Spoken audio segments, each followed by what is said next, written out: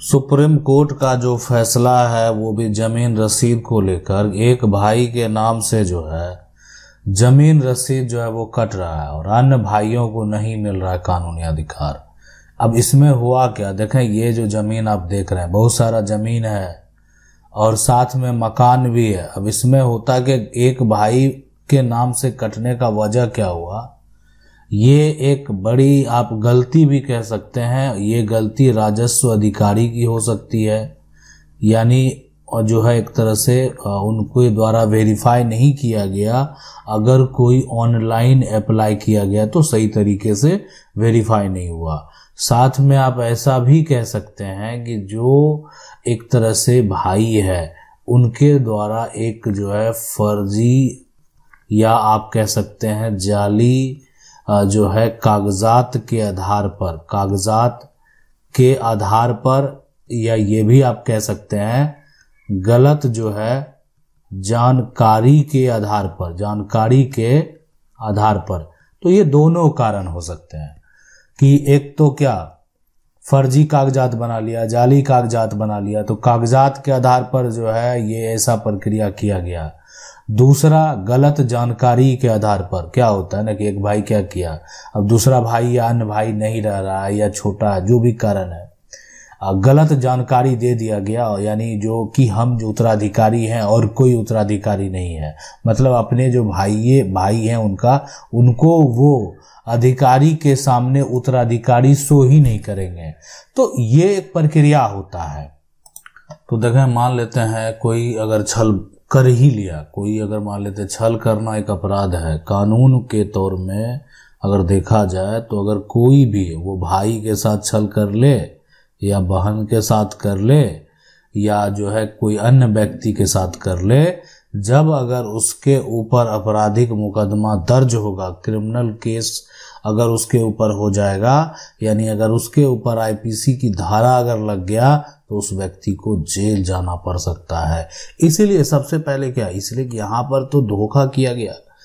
यानी अपनी जानकारी को, जो सही जानकारी है उसको छुपाया गया। और सिर्फ किस लिए छुपाया गया,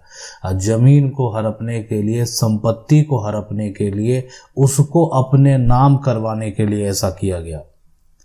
तो अब अगर ऐसा किया गया तो अन्य जो है उसको नहीं मिल रहा कानूनी अधिकार। अन्य को कैसे मिलेगा कानूनी अधिकार? अगर एक जो है अपने नाम पर अगर ट्रांसफर कराता है तो दूसरे को कानूनी अधिकार मिल नहीं सकता। तो प्रक्रिया तो इसका यही होता। सबसे बड़ा सवाल यहाँ पर यह है कि आखिर सुप्रीम कोर्ट का फैसला क्या कहता है, क्योंकि जब सुप्रीम कोर्ट का जो फैसला है उसमें साफ साफ कहा गया है कि अगर किसी के पास जमीन जो है, जमीन का अगर रसीद है तो रसीद कटाने से सिर्फ वो संपत्ति का, यानी ऐसा नहीं कि वो अगर रसीद कटा लिया है तो संपत्ति का मालिक बन गया। लेकिन मैं आपको बता दूं कि अगर किसी के पास जमीन का रसीद आ गया तो वो वर्तमान में अगर देखा जाए तो कभी भी जो है मामला को और उलझा सकता है। रसीद के आधार पर वो किसी को संपत्ति बेच सकता है, तो ये मामला और ज्यादा बढ़ सकता है। यानी अब कोई खरीदेगा, अब वो उस संपत्ति पर कब्जा जो है करेगा और उसके बाद उस पर किसी प्रकार का कंस्ट्रक्शन करेगा, आपको अकेला सबको रोकना है, तो ये सारा प्रक्रिया जो है वो से आपको गुजरना पड़ सकता है। लेकिन सुप्रीम कोर्ट के एक फैसले में ऐसा कहा गया है कि जमीन का अगर आपके पास रसीद है तो आप संपत्ति का मालिक नहीं है। जमीन का रसीद का मतलब सिर्फ होता है सरकार को जो है यहाँ पर राजस्व देना और उसके आधार पर आप कभी भी संपत्ति के मालिक होने का दावा नहीं कर सकते हैं। अब है कि इन सभी सिचुएशन को देखने के बाद आखिर होगा क्या, इसका विकल्प क्या निकलेगा, क्या रिजल्ट होने वाला है, आखिर क्या होगा। सबसे पहले देखें, अगर जो फर्जीवाड़ा किया है, पहला काम क्या करना, मान लेते हैं ये जो रसीद ये अगर एक प्रकार का रसीद है, ठीक है, और इसमें जो है अगर बात करें जो हिस्सेदारी होना चाहिए वो एक तरह से एक भाई है और उसके बाद फिर दूसरा भाई है और फिर एक यहाँ पर तीसरा भाई भी है, तो 3 भाई की हिस्सेदारी होनी चाहिए। एक भाई, अब ये दोनों काफ़ी छोटे थे और ये जो बड़ा भाई है उनके नाम से रसीद है, और अब जो है वो उस संपत्ति पर दावा करते हैं, उसमें वो बेचने संपत्ति को बेच लेते हैं अपने मन से, बिना पूछे कभी भी किसी टुकड़े को जो है वो उसके हिस्से को जो है आसानी से बेच देते हैं। तो इसमें क्या होगा, देखें ये रसीद जो है वर्तमान में सबसे पहले आपको इसको कैंसिल कराना है। तो इसको कैंसिल कराने के लिए क्या प्रक्रिया है कि आप सबसे पहले अपना जो आपका जो जिला है, ठीक है, तो आप सबसे पहले अपने जिला में जाएंगे और जिला कलेक्टर के पास जो है आपको म्यूटेशन अपील में जाना है, यानी कहने का मतलब आप ये जो है जमाबंदी जो है रद्दीकरण में जाना है और जो म्यूटेशन है उसके कैंसिलेशन में जाना है, ठीक है। और यानी आपका जो केस फाइल होगा, आप जो गलत तरीके से किया गया म्यूटेशन है, गलत तरीके से किया गया जो दाखिल खारिज प्रक्रिया है ना, गलत तरीके से जो कट रहा रसीद है, उसको आप पूरा कैंसिल कराने वाले हैं, उसको आप पूरा रद्द करवाने वाले हैं। और ये जब रद्द हो जाएगा तो फिर आप जो है पुनः दोबारा आप अपने भाइयों के ऊपर जो है संपत्ति को डिवाइड करने का दावा कर सकते हैं। तो ये प्रक्रिया होता है। अब लेकिन जो सबसे बड़ी जो समझने वाली बात है कि, और एक बड़ा सवाल जो मन में चलकर भी आता है कि जो जमीन आप देख रहे हैं ना, अगर इस जमीन की हम बात करें तो इस जमीन के बहुत सारे जो है जो टुकड़े हैं, जो आप जमीन का ये टुकड़ा देख रहे हैं, ठीक है, इस टुकड़े की अगर आप बात करेंगे सबसे पहले, उसमें कई टुकड़ों को जो है एक भाई जिनके नाम से रसीद था वो बेच चुके हैं। अब आपका मन में जो है सवाल आएगा, आप सवाल पूछ रहे हैं कि क्या हम अगर आप जमाबंदी रद्द करा देंगे, रसीद कैंसिल करवा देंगे, तो क्या ये जमीन की तो रजिस्ट्री हो चुकी है। अब रजिस्ट्री करने वाला जो है रजिस्ट्री किया, विक्रेता जो है एक भाई ने बेच दिया और खरीदार का कब्जा है ना, तो खरीदार का जो वर्तमान में अगर देखा जाए तो कब्जा है। अब क्या करें, तो अब आपके पास विकल्प एक ही है, और वो विकल्प है कि अब आपको रजिस्ट्री को भी कैंसिल कराना है, और रजिस्ट्री अगर कैंसिल होगा तो जमाबंदी जो म्यूटेशन है वो तो ऑटोमेटिक कैंसिल हो जाएंगे। तो ये प्रक्रिया, ये पावर जिला कलेक्टर के पास अभी नहीं है।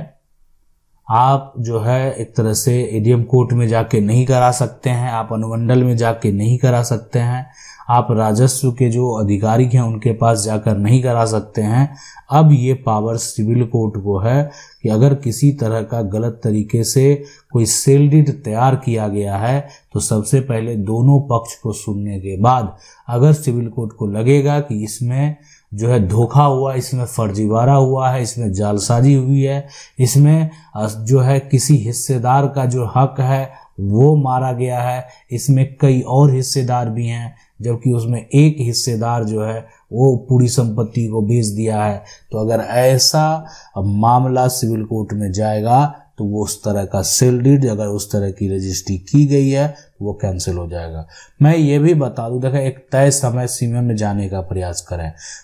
करें कि 3 साल के अंदर आप जो है कोर्ट में याचिका दायर करें, आपके हाथों से आपकी जमीन चलेगी। देखें अगर आपके साथ धोखा हुआ है, गलत हुआ है, आप 10 साल के बाद भी जा रहे हैं तो ऐसा नहीं आपके साथ नाइंसाफी होगी। अगर आप एक तरह से हिस्सेदार हैं तो कोर्ट के द्वारा आपको आपका जो हक है उससे कोई वंचित नहीं कर सकता है। अगर आप एक तरह से अगर उस संपत्ति के योग्य हैं, चाहे बहुत सारे कंडीशन में संपत्ति से वंचित भी लोग होते हैं, ठीक है, लेकिन अगर आप उस संपत्ति पाने के योग्य हैं तो आपको उस संपत्ति से कोई वंचित नहीं कर सकता, कुछ भी नहीं कर सकता। तो यहाँ पर जो है सबसे पहले, लेकिन फिर भी प्रयास करें कि अगर आपको पता चल जाए 3 साल के अंदर जो है कोई ज़मीन की बिक्री हो रही है, रजिस्ट्री हो रही है, तो आप उसको क्या जो एक तरह से जब उस पर अपना हक का दावा करेंगे तो गलत तरीके से बेचा गया जितनी भी प्रॉपर्टी है वो सारा कैंसिल हो जाएगा और आपको आपका जो कानूनी अधिकार है, आपका जितना शेयर बनना चाहिए वो आपको लेने से कोई नहीं रोक सकता है। तो इसीलिए जब अगर एक भाई जमीन का रसीद कटा भी लिया है तो एक बात तो ध्यान से समझ ले, सुप्रीम कोर्ट का फैसला भी है कि अगर कोई भी व्यक्ति जमीन रसीद के आधार पर संपत्ति का मालिक नहीं है, जमीन रसीद सिर्फ सरकार को टैक्स देने के लिए है, जमीन रसीद सिर्फ सरकार को राजस्व देने के लिए है। संपत्ति का टाइटल उसी के पास होगा जिसके पास संपत्ति के ऐसे कागजात हैं जो कागजात रजिस्टर्ड है। यानी अगर रजिस्टर्ड कागजात है तभी आपके पास संपत्ति का टाइटल होगा, अन्यथा संपत्ति का टाइटल आपके पास नहीं होगा। तो ये होता है पूरा प्रक्रिया। अन्य भाई कभी भी चाहेगा तो अपना जो कानूनी अधिकार है ना वो प्राप्त कर लेगा और आसानी से हासिल कर लेगा। आशा करते हैं वीडियो अच्छा लगा होगा। वीडियो अच्छा लगा वीडियो को लाइक जरूर कर दो। चैनल को अगर पहली बार देख रहे हैं तो सब्सक्राइब करके जो बेल आइकन है उसको जरूर दबा लीजिए। मिलते हैं अगले वीडियो में, तब तक के लिए जय हिंद।